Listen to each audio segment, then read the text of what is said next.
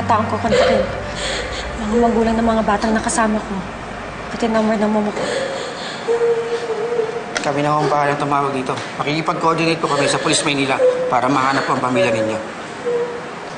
Pansamantala, dito muna kayo sa pangangalaga namin habang hinihintay ang mga sunduin.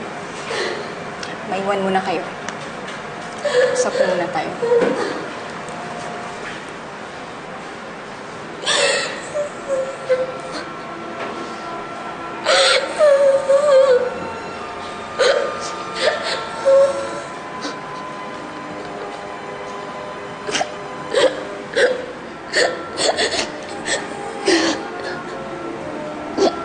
Wala na si nanay.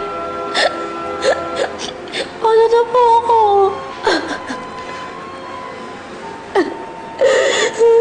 Ito pa naman kayo para sa'yo, Piwi.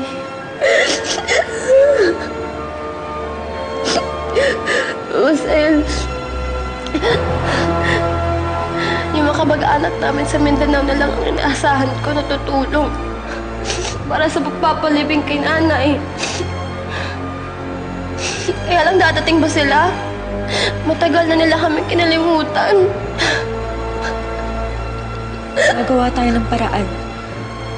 Hingi tayo ng tulong para mabasbasan na maayos si Nanay Janice.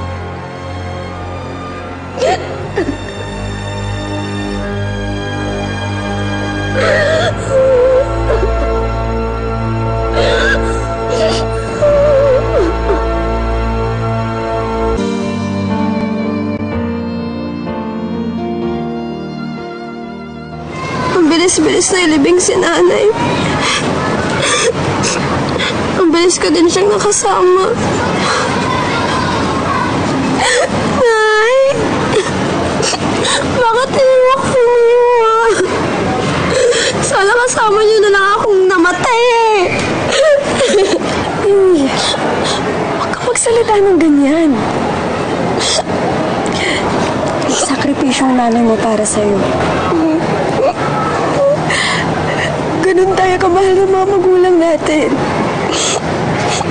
Kahit buhay nila, kaya nilang ibigay sa mga anak nila.